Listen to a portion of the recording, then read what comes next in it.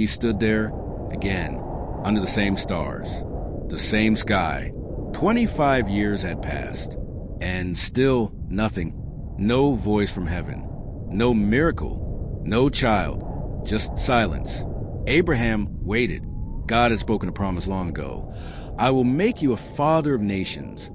But as the years went by, the wrinkles deepened, the hair grayed, and the tent remained empty of laughter, of baby cries, of hope. Every night, he'd count the stars, not to pass time, but to remind himself of the promise that once burned so brightly. But faith, over time, can grow tired. Sarah watched him from the shadows, her heart aching. She was tired too, tired of pretending not to care, tired of carrying shame in silence. In their culture, being childless wasn't just pain, it was disgrace. She was the woman who couldn't deliver, the wife who brought no heir, the barren soul in a tent full of dreams. So they made a mistake, a very human mistake. Take my servant Hagar, Sarah said. Perhaps through her you will have a son. And Ishmael was born, but deep down they knew he wasn't fulfillment. He wasn't the promise. And years passed again. Silence grew thicker. Then one day, in the heat of the day, they came. 3 strangers. Radiant. Otherworldly. They sat, they ate, and then they spoke.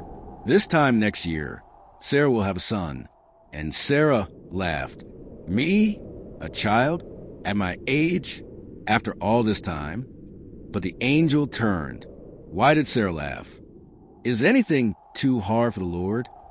1 year later, the tent was no longer quiet. The silence was finally broken.